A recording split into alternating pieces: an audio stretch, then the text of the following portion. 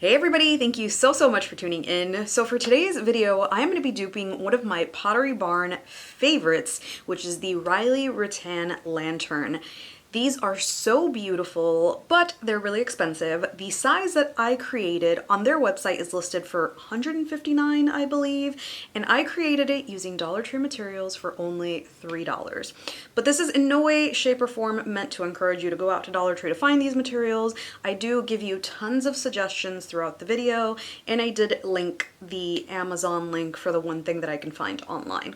So I really hope that you enjoy this video, and if you enjoy dupe videos, I do have a full playlist of Pottery Barn, Anthropology, and all sorts of dupes.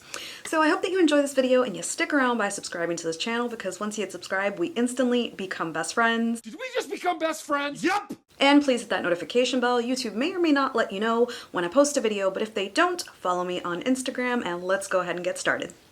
Okay, so for this project, I'm starting off with a 10-inch 3D wreath form from Dollar Tree.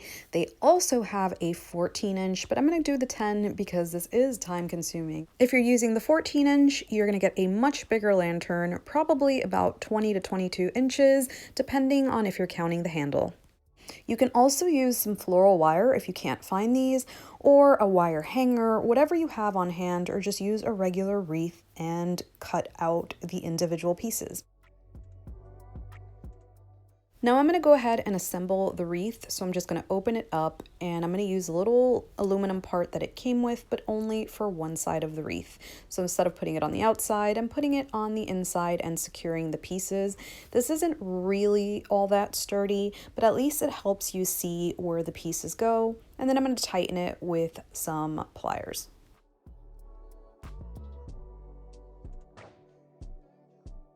Now that that's in place, I'm going to flip it over, and I'm going to leave that in temporarily, that little stick that's there, and I'm just going to flood it with a little bit of hot glue just to make sure it doesn't move.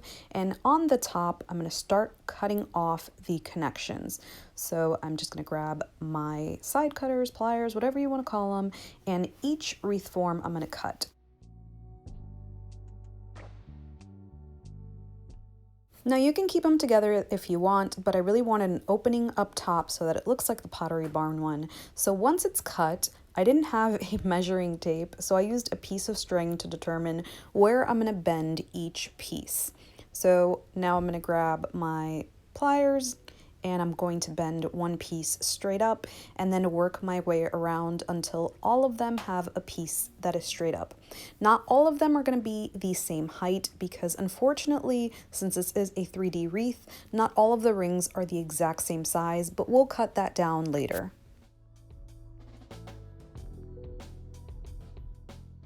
Now that I have the general shape, I'm going to use one pack of raffia. That's right, this whole project was one pack of raffia, and I am going to take it out of the pack, and for each piece I only used 2 strands. So I'm going to make sure that those 2 strands are the same length, and then I'm going to start hot gluing from the very bottom.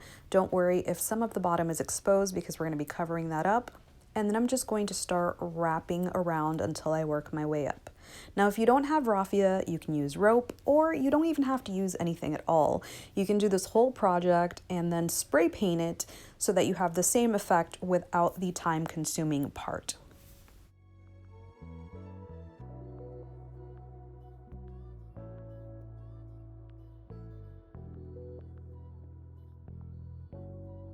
You make it to the top, just add some hot glue, and then wrap your raffia around that and cut it down.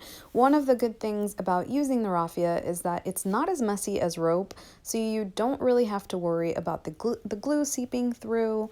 Also, if glue does seep through, it's a lot easier to remove from raffia than it is from rope, but it's up to you what you want to use. So I'm going to go ahead and do the entire thing, and then we're going to move on to the top and bottom.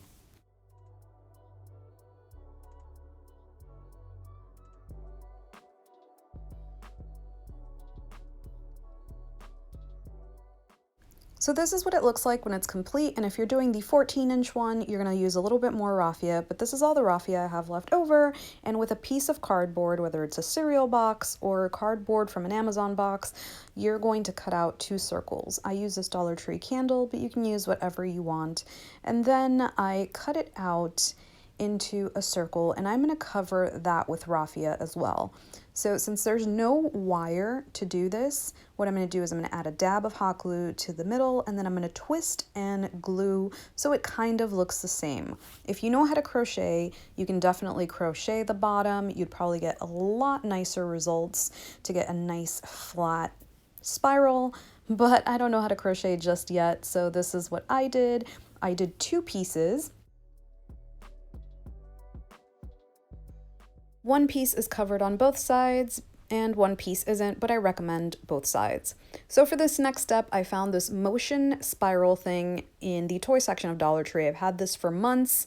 I'm not sure if they have it, but if you can't find this, then definitely just use wire and shape it into circles.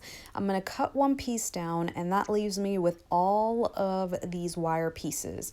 So now that I have this, I'm gonna hot glue that together. Once it's glued, I'm going to take 2 pieces of raffia like I've been doing for the rest of the tutorial, and I'm going to go ahead and wrap that around. But if you don't want to use this and you don't want to use wire, then don't use it. Just use a piece of rope or just use raffia without twisting and just twist it around the entire lantern. I just wanted this to look like perfect round pieces, so I just went a little extra. So I have this much left over and I am going to use it. I have a ton of raffia left over from that one pack, but before I move on, I'm going to put this ring around the top just so that my lantern doesn't move and so I can secure it from the top and bottom.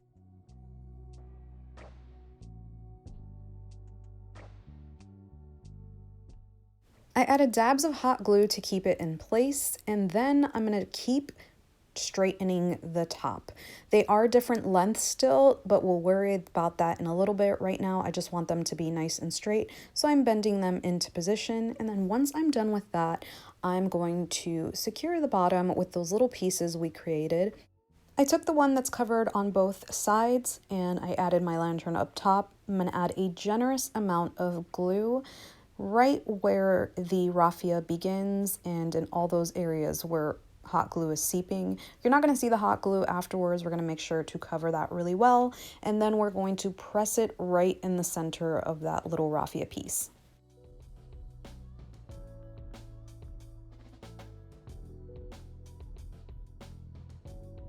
I added more hot glue to the top before cutting down that little piece that I left. And now that it's cut down, I'm going to add hot glue and place my piece up top.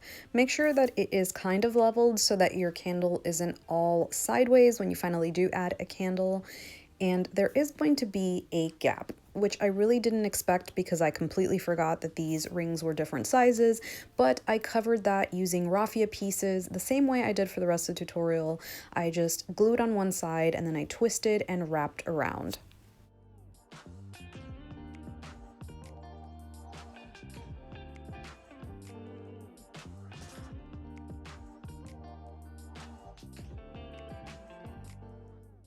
This is what the entire thing looks like covered. It's not perfect, but it definitely does the trick. And now I'm going to try and cut these down to the same length. I probably should have done this before, but I really needed that ring to hold them all in place. So I'm just gonna cut them down and with a little bit of glue, just put that raffia back in place.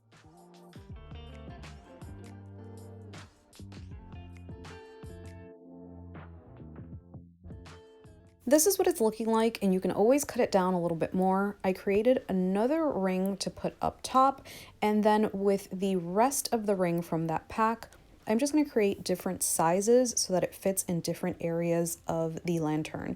If you have a measuring tape, then measure the widest part and then keep measuring upward so that you know what size rings to create.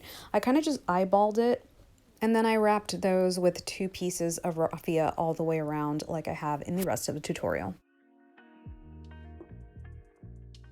These are all the rings that I created with that one motion bracelet, kinetic bracelet, whatever you want to call it.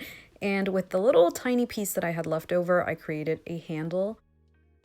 Don't forget that if you can't find the rings, then floral wire, a wire hanger, or nothing at all will do. You can always just wrap raffia around and around until you get the Pottery Barn look. So I took my smallest ring, which is the same size as the one that I have beneath that, and then I placed it up top and secured it with a tiny bit of hot glue. If I needed to cut down any of the vertical pieces, then I went ahead and did that, but a little bit of hot glue just did the trick.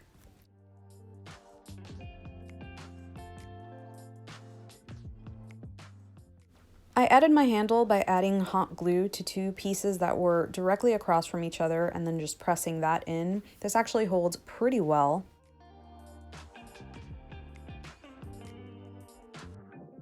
Now I'm going to take the rest of the rings, starting with the smallest one and working my way to the middle, and put them from the top. This is going to look a little funky at first, but once you get to eye level and you start figuring out when they're leveled, you add a little bit of hot glue to the sides. And then for the bottom pieces, I just put the lantern on top of the rings and then worked my way up. So now that I'm done, I'm actually able to lift this up from the handle. Nothing too heavy, but I can still lift it up. I can fit different size candles in here and even the Dollar Tree vase, so you can see how big it is. And it does measure about 16.5, almost 17 inches. So here's a look at the Pottery Barn one with the sale price of $41 and $104. And here's a look at mine for $3.